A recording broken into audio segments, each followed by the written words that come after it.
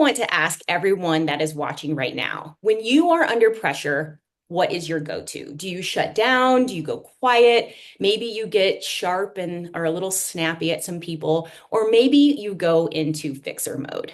There's no wrong answer. I'm asking that because that reaction is actually your nervous system doing its job. And that's what we're going to talk about today. Today, we are talking with Erica Bonham. Erica is a therapist. She is a nationally sought after professional speaker, and she is a trainer who teaches leaders how to lead without burning out their people or themselves. She has been doing trauma recovery work for over 15 years, and she trains teams on nervous system regulation. She is also the author of the best-selling book, Always Enough, Never Done.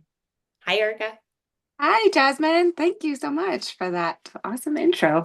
Well, I sound you're good on paper.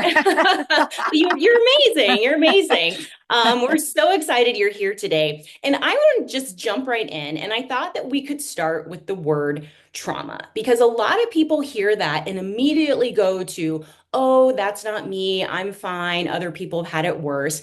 Can you talk a little bit about what trauma actually means in the way that you teach it, especially for those that are like, I just have stress? Yeah.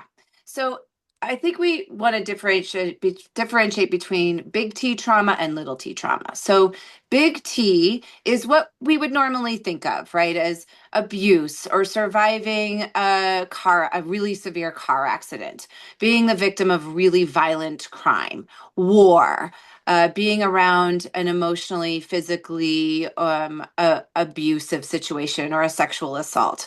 So those are big T traumas. And many of us have those. But there's also what we would call little t trauma. And little t it's almost like death by a thousand paper cuts. And sometimes it could be what happened, like if you moved around a lot as a kid, or you didn't have a whole lot of choice, or your parents had a really messy divorce. Maybe your physical safety wasn't in danger, but that wound never really got processed. And so trauma can be what happened, but it can also be what didn't happen, right? So if you're reaching out and you're longing for somebody to be there, you're longing for a caregiver, and there's nothing there. It's sort of like it's like the nothing, what didn't happen. And our systems still get organized around protection, even with little t trauma. So we can think about it almost as a continuum, but sometimes little t trauma ends up being in as dysregulated a system as big T trauma. And sometimes the biggest factor in whether or not we develop true, PTSD symptoms versus maybe what would most of us consider stress is having a regulated nervous system, somebody on the other end of the line that can say, hey, this thing happened. Tell me about it. Where is it in your body? Let's talk about it. I'm with you. I'm here with you. And most of the time, when people have big T trauma, they also have little t trauma. They have that missing experience of somebody that can be on the other end of the line, have the capacity to hold what is true, hold what is here, and still help digest and process what happened. I love the way that you explain that as the big T trauma and the little T trauma. And before I met you and I spoke to you, I had never really thought of it that way. I'd always just assumed that trauma was those things that you had mentioned early on, something that was catastrophic. But I love how you break it down that way because I think then everyone really can relate to the fact that there's some type of trauma we've already all experienced in life. Yeah, I mean it's hard to be a human sometimes, right? So Like it's true. pretty hard in this world right now. It's pretty traumatizing to be a human sometimes right now. And again, we have to have a process and a mechanism for digesting, alchemizing, composting the emotions, the physical sensations, the energetic patterns that happen when really difficult things when we experience those, right? Now shifting it to leadership. So you Yep. have a leader who has an entire team of people who knows now, after hearing you explain the big T and the little t trauma, that pretty much everyone on their team has experienced some form of trauma. So you talk about trauma-informed leadership. For Yep. someone who is managing a team, what does that actually look like for them? Well, my biggest invitation for leaders is to go in and do some self-reflection first, right? Is what are the undigested things that you have? Because I know that I've had the experience of performing calm, all right, or performing regulation.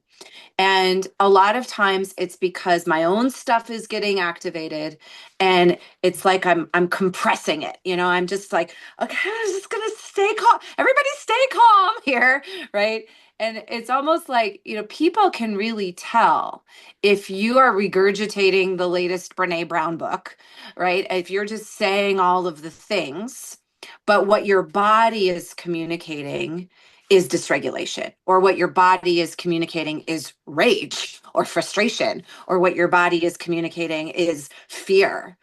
And you're a human being, and I think people appreciate authenticity but capacity. And the biggest thing that we can do is to go in and try to do some self-reflection and be really clear, what is our own stuff that's getting activated, and how do we digest and alchemize that so that we really can show up in our fullest expression and in our alchemy, right? In our fullest, most large capacity, where we can hold that, yes, people are walking around wounded and they need a heart-centered leader, and that doesn't mean that we are just nicey nice all the time or enabling fragility, right? We really do crave honest feedback, especially when it can be given in a way that doesn't rupture the relationship.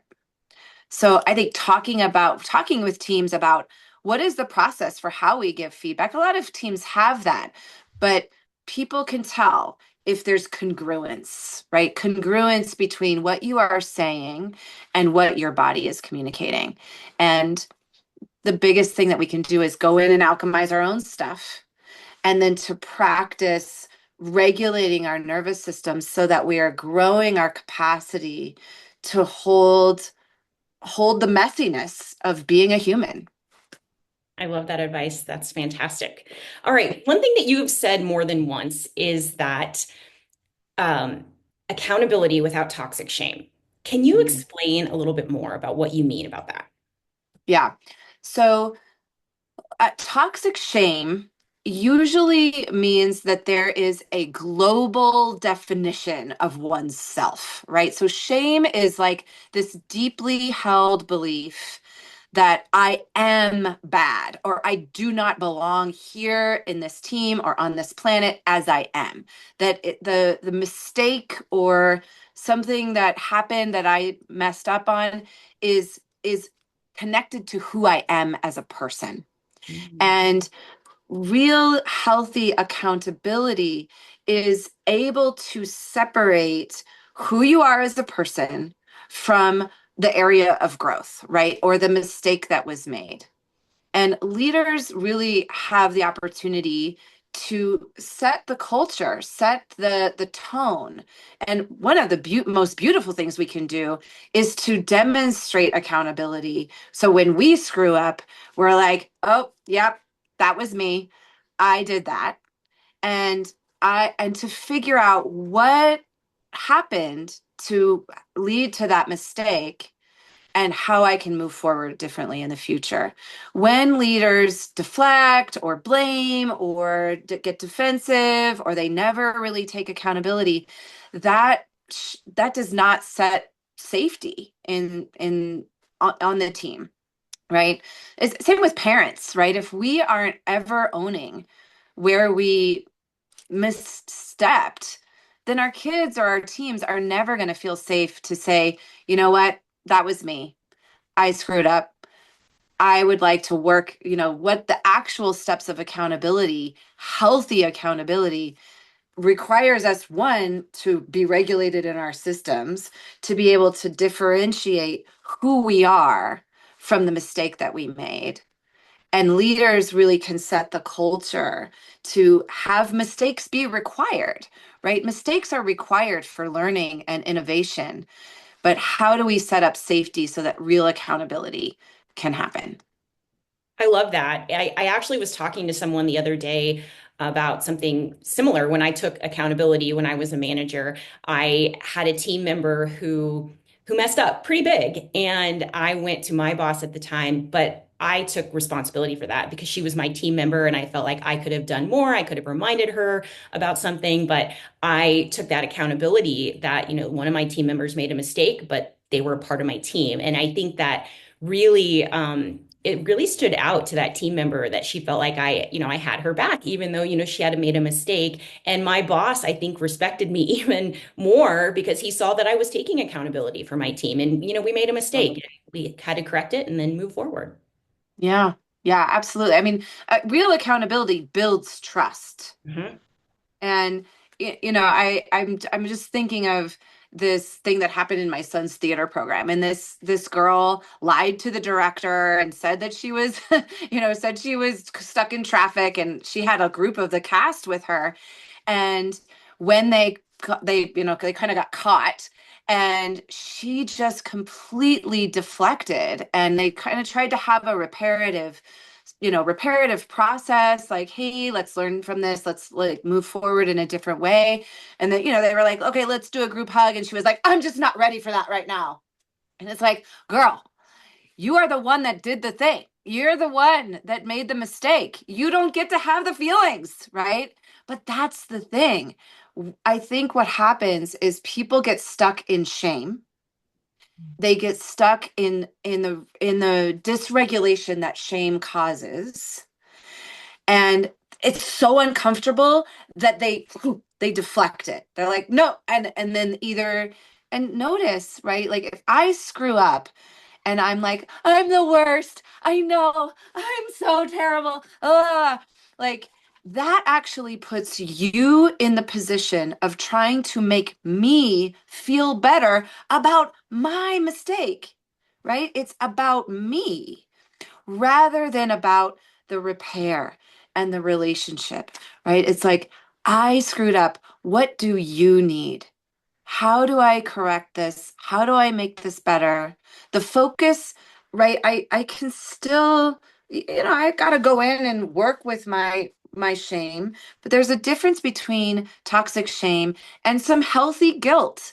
Like if our actions, caused harm or had a negative impact on our team, the focus needs to be out. The focus needs to be on the relationship. The focus needs to be on the repair, not on how uncomfortable we are because we made the mistake. And man, the world would be different if more people could go in, name that they are in a shame space, try to do some work around it, try to alchemize it, try to separate out who they are as a person while still owning the mistake. Yeah. Own your stuff. And when we're on the receiving end of it, we can really feel it, but it's hard for us to stand in it, to offer accountability, and it's really vulnerable, It right? is. It is. Well, I'm going to shift a little bit here to talk about multi-generational teams. I have been here before. I've been a part of a team and we had people who were baby boomers and, Gen X. Right. And then I've also managed teams the same way. So we're raised differently. Different generations are raised differently, and this can create some friction at work. So Mm-hmm. you have your generations that are, I need purpose in what I'm doing. They need that psychological safety. And then you have a different crowd that's like, just show up, do your job. What's going on between these two groups when they clash like that? Is that Mm-hmm. just their attitudes? Is it the way that they were raised? Or is that some nervous system stuff going on in there too? Well, I mean, I think it's multiple things. I think it's both of those things that you just mentioned and a whole lot of other things. So the thing that comes to mind is that each generation has what I would call a shadow and a light. right? Each generation has strengths and has some areas of growth.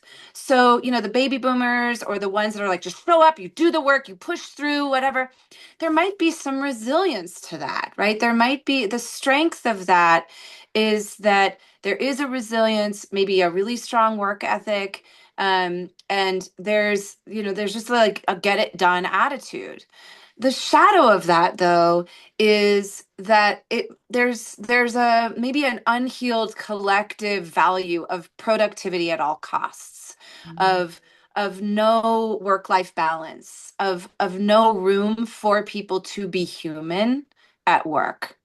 There's this sense that heart-led leadership or values-led leadership is enabling fragility. And I think there's a reaction from that generation that's like, these kids today are just entitled and fragile. And there might be some truth to that. And I think is there an opportunity for us to have leadership or meetings or workshops that can facilitate understanding the shadow and the light, or if you want to call it something, what are the strengths and areas of growth for each of these generations? And when I'm looking at younger generations, the light is the strengths-based thing, is that they want to have their work mean something. And when you can tap into that, that is actually a lot of potentially really innovative and creative energy. If you can have people, especially in the younger generation, feel that they have a voice and feel that they have impact, they are going to show up and work hard for you because they're going to get that self-actualization. And the shadow side of it is that there might be some fragility. There might have been some over parenting, right? Some coddling, that every emotion deserves all of our attention, right? Or that any sense of discomfort is danger, or any sense of learning apprentice mindset, beginner's mindset is uncomfortable, and they all want to be, the boss. So they all want to be masters. And so how do we tap into this new generation's ability to be in apprentice mindset and learning, but still, tapping into their strengths of wanting meaning and purpose, and really wanting and advocating work-life balance. I think when I think about ancestral trauma, and I know this might be a little out there for folks, but what we're learning about epigenetics, what we're learning about what we carry, we can carry up to 14 generations of trauma. And so when I'm thinking about the values of maybe the older generation, productivity, work at all costs, urgency, right? If we can like maybe step back, and yeah, there's resiliency in those values, but they're also trauma responses. They're also collective trauma responses, right? When we think about the ancestors that came over here, especially the white-bodied ancestors that came over here, they were coming over here from very brutalizing situations. Their villages were being plundered, right? There's all their stuff was being taken away. Their ability to like be who they was being taken away. They were coming from really violent situations. And so we can see, if I'm working with somebody individually and they've got perfectionism and optics and urgency and productivity at all costs and over responsibility and saying yes to everything, there's probably a wound underneath that. And there's likely a wound underneath those values of urgency and productivity and perfectionism and optics. And there's just an opportunity for us to look at how our collective values of those things might be collective trauma responses. Wow, that's so fascinating. So I can blame some of my trauma on my ancestors, is what you're saying? Totally. Yes, exactly. And then we projected all that stuff onto bodies of color, and that showed up really differently, right? But that's maybe another conversation. But and just like with all trauma, right? You know how many sexual perpetrators are paying for my clients' therapy? Zero, Mhm. right? Nobody else is going to do it. We we are the ones we've been waiting for. Only you can do it, and we can't do it alone, right? It's a both and. So only leaders, only you can do like choose to do the work that's going to alchemize what is keeping you stuck, what's keeping you compressed, what's keeping you either in the overly nice, enabling fragility, maybe taking on too much yourself, or the like rampage boss that's like, you know, you didn't do it, and everybody's scared of you, right? What only you can do it, only you can do it. And we can't do it alone. This hyper individualism is another collective trauma response, Mhm. right? And it's a real loss for our communities and our well being to feel like we have to do everything ourselves rather than like tapping into co creation and collaboration with each other. But that requires a sense of safety and belonging. It just does. We don't get there through control or manipulation. It's trusting your leaders for those that are listening out there and they want their teams to, work better and harmonize and all the different generations get better together. It's that trust. We do crave connection and community in this world. I think that, Yeah. but we need that safety. We need to be able to have that trust. That's great advice. Okay, so Erica, for someone who is watching this today and they are thinking, I am just so overwhelmed. I am so exhausted. I feel like I have to hold it together for everybody else. What is one tiny regulation practice that they could do today that does not require them quitting their job or maybe moving to Bali or something like that? Right, right, right. Okay, so I want to say that this is multifaceted, and I want to say that just doing nervous system regulation is probably trying to put a band-aid on an open flesh wound, right? Like there's likely systems that are at play. I tell when I work with teachers, when I work with community mental health leaders, I'm like, there is no amount of the Calm app that's going to make this okay for you, right? Um, and if we want to where can we find the corners of power that we do have? And so if you're just needing a little bit of digestion, a little bit of nervous system regulation, honestly, the best thing I can do is like shake it off or find some kind of movement that intuitively feels like it's going to digest and move some things through. So we have a vagus nerve, the nerve that runs our brainstem to our gut. And so I have a free resource on my website. You can also Google, polyvagal resources. But one of the most simple things that we can do is just twist and looking behind us, right? Like bad stuff happens from behind us. Tigers chase us from behind us. People chase, bad things happen from behind. So if we can let our sensory perception really look behind and feel like take in the visual cues that no sharp objects are coming our way, that nothing is chasing us. We twist and then we twist the other way. We can actually tell our body and our nervous system that there is a little bit of physical safety in this moment, right? And that's why, like, I always kind of say you can't self-affirmation your way out of trauma. And that's because the nervous system or the vagus nerve connects the brainstem to the gut. It does not connect to our thinking brains. It doesn't connect to our frontal lobes. So trauma doesn't care what we know. And so we can be sort of neurotically being like, I am good, I am enough, I am a leader, and that I'm not saying that we should throw self-affirmation practice out. It's really helpful.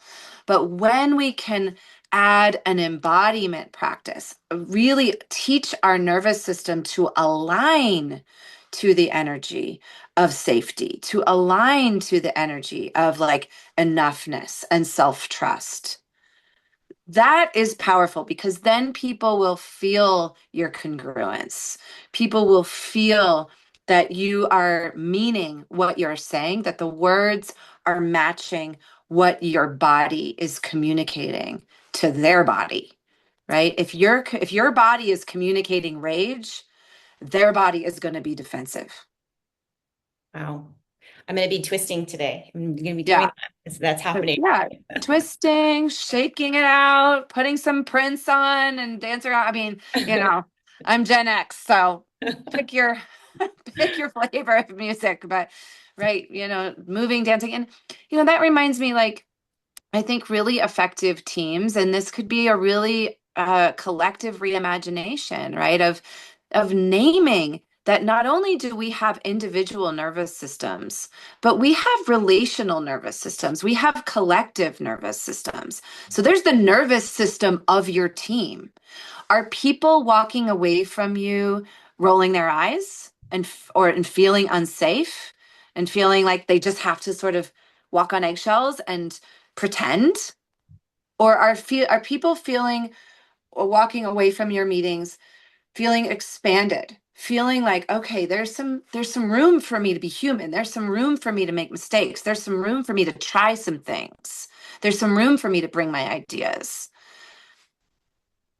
And, you know, what does that look like? So, can you name with your team, hey, we have a collective nervous system here. And I'm wondering, are we organized around protection? Are we organized around perfectionism? Are we organized around better not step in it, better not make a mistake, better not say the wrong thing? Or are we organized around creativity and safety and movement and like expansion? And what are the things that we need on the team to create the nervous system of co-regulation, the nervous system of like, I see you, you see me, let's do this together. And your needs matter here, and my needs matter here. And our collective team, the needs of the team matter here. Wow, Erica, I could just talk all day about this. I think it's fascinating. Thank you so much for everything that you've talked about and for being here today. Oh, thank you, Jasmine. This was a really fun conversation. I could talk about this stuff all day too, which is why I want to talk about it with your team. Bring me on. Let's do it. If Because I you mean, that's like we're gonna change the world with this, right? Like if we could step into this, this is really part of a reimagining of the collective. I love it. I love it so much. If you are an HR leader or if you are in a leadership role and you're watching this today and you are thinking, we cannot afford to lose another person to burnout or because they quit, then you need to hire Erica. Contact us at voicequestagency.com. You can learn more about Erica there and you can send us an email and you can learn about how you can book her for your next corporate event. Thank you so much, Erica. Thank you, Jasmine. I appreciate you so much.